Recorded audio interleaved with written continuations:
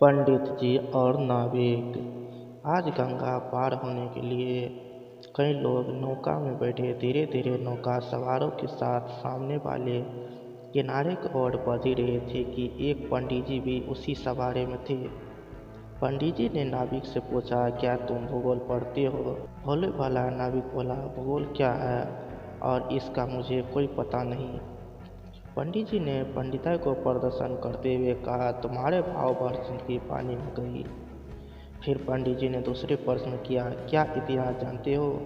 महारानी लक्ष्मीबाई कब और कहाँ हुई थी और उन्होंने कैसे लड़ाई की?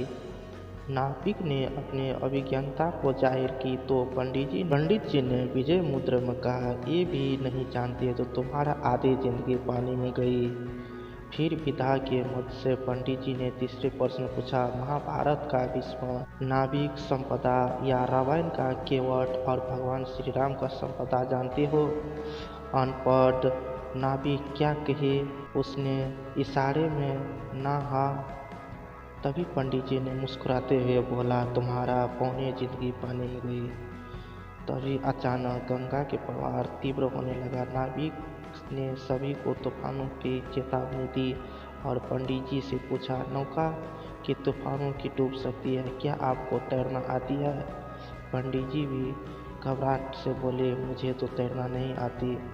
नाविक की स्थिर भाव से वे कहा, तब समझ लो आपका पूरा जिंदगी पानी में गई। कुछ ही देर की नौका पलट गई और पंडित जी भी वह गई।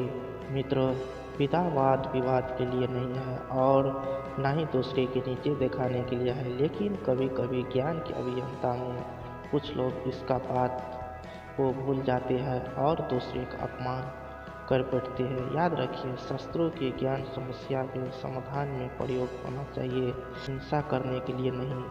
कहा भी गया है कि जो पेड़ फल से लदा होता है उसका डालियों झुकी जाती है। धन प्राप्त होने पर सज्जनों की सहनशीलता आ जाती है। इसी तरह विद्या जब विनती के पास आती है तो वो शोभी जाती है। इसलिए संस्कृत को ये कहा गया है कि विद्या भी शोभते हैं। दोस्तों, अगर आपको एक कहानी अच्छा लगे तो लाइक शेयर सब्सक्राइब करना मत भूलिएगा और अगली कहानी आप किस टॉपिक पर चाहते हैं उसके लिए आप कमेंट में ज़रूर बताइएगा।